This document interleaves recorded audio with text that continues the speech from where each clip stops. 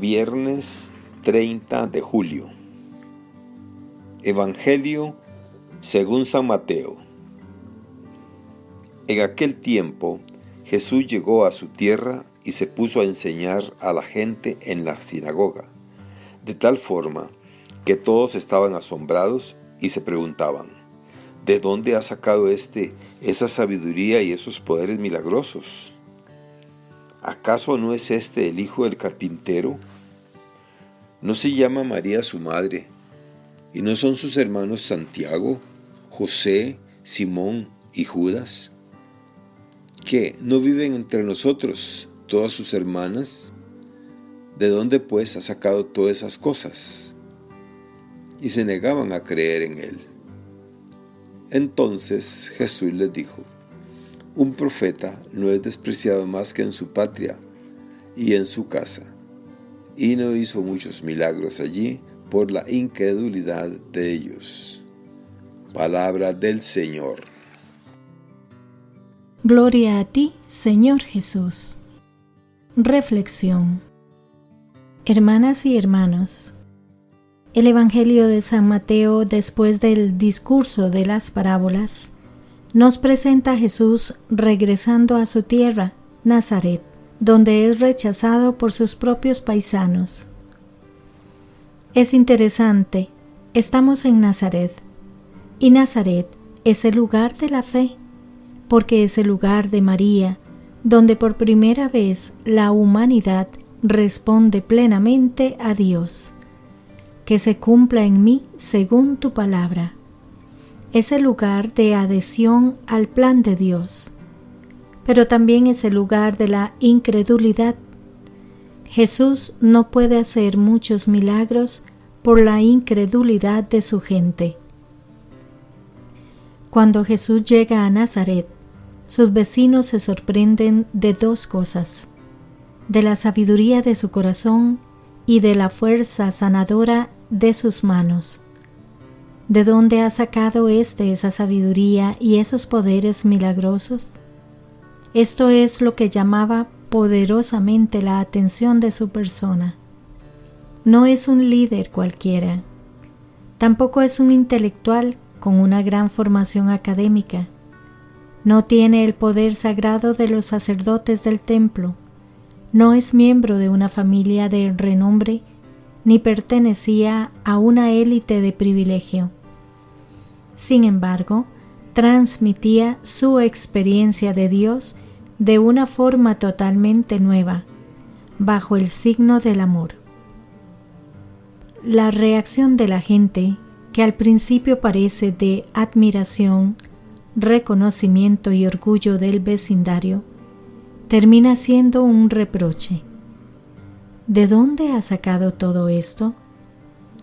Pero si conocemos a toda su familia y a él desde pequeño, ¿acaso no es este el hijo del carpintero?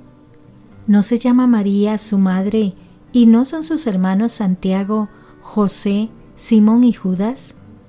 ¿Que no viven entre nosotras todas sus hermanas? ¿De dónde pues ha sacado todas esas cosas? Y se negaban a creer en él. ¡Qué raro! Ni los de su casa, ni sus amistades. Jesús reacciona bien.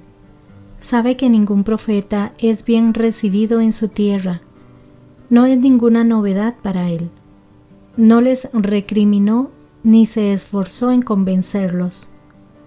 Y lo que es más importante, no hizo allí muchos milagros, porque aquella gente no creía en él. Les dejó con su incredulidad. Esa línea fina entre la fe y la incredulidad, muchos la traspasan. Sus vecinos decían tener fe, y lo que tenían era ritos, costumbres, repeticiones gestuales y rituales insatisfactorios, porque se negaban a reconocer la presencia de Dios en Jesús y a aceptar su mensaje y acciones que hacían presente el reino de Dios. Efectivamente, en Nazaret no lo aceptan. Neutralizan su presencia con una serie de preguntas sospechas, perplejidad. Esto les impide captar la novedad asombrosa de su enseñanza y dejarse sanar por su compasión. A nosotros nos puede pasar esto mismo. También nosotros corremos este mismo riesgo cuando damos ya por sabido el Evangelio.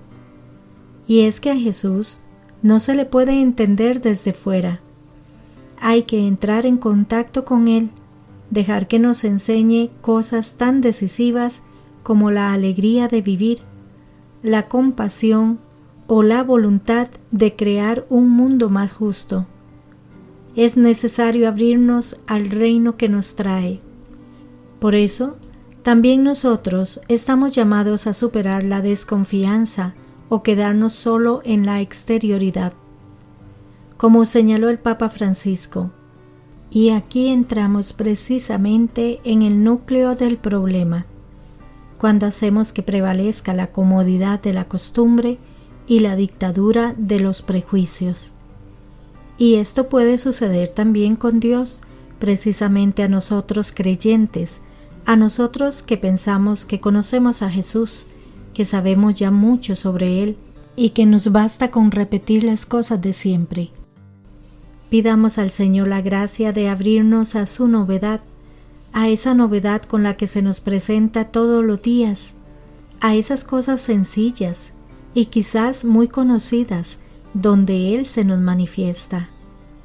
Y la gracia de creer en Él, aceptar la presencia de su reino en nuestra vida y en nuestro mundo. Que Dios les bendiga y les proteja.